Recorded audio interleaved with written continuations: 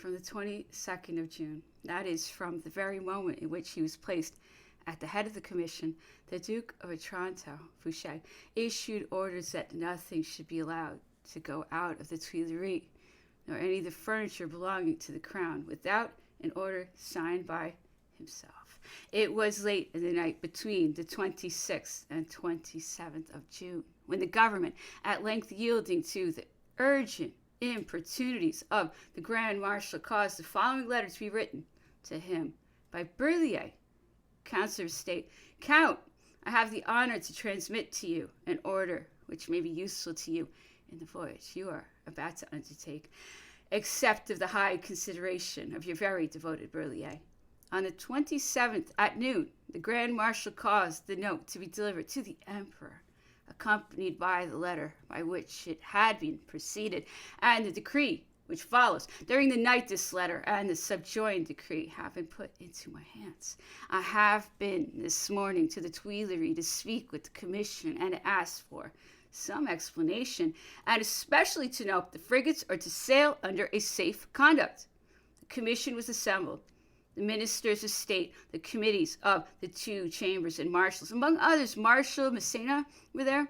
I found it impossible to obtain an audience either of the Duke of Otranto or the Duke of Vicenza. After having waited for 2 hours, Monsieur Berlier told me it was impossible for the Duke of Vicenza to come out, and I learned that they had received news from the commissioners sent to the Allies, which was said to be favorable, but I could not learn the contents. Monsieur Berlier called my attention to Article 6 and informed me that this order had been considered necessary because in negotiating with the Allied powers respecting the fate of the Emperor, they could not allow him to depart unless the answer was favorable.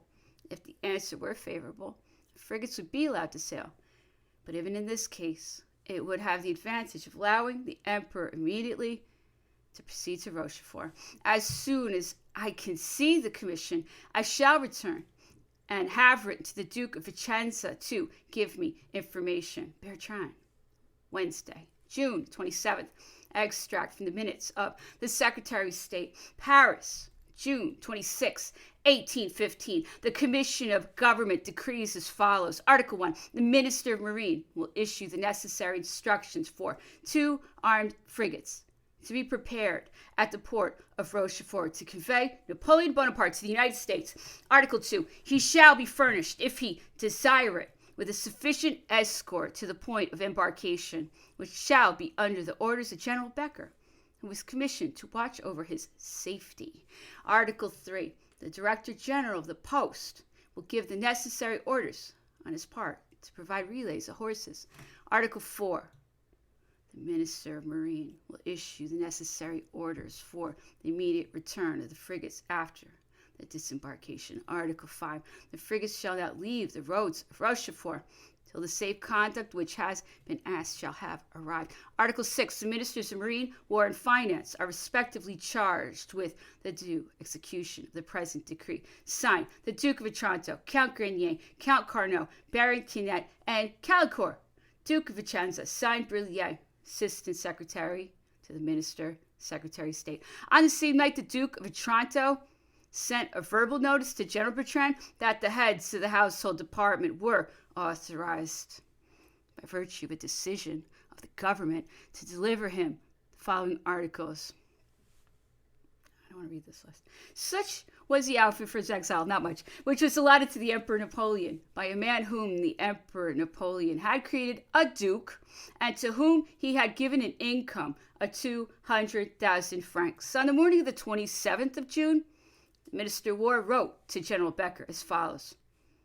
Paris, June 27th, 1815. General, I have the honor to transmit to you the subjoined decree, which the Commission of Government desire you to notify to the Emperor Napoleon, at the same time informing His Majesty that the circumstances are become imperative, and that it is necessary for him to immediately to decide on setting out for the Isle of X. This decree has been passed as much for the safety of his person as for the interest of the state, which ought always be dear to him.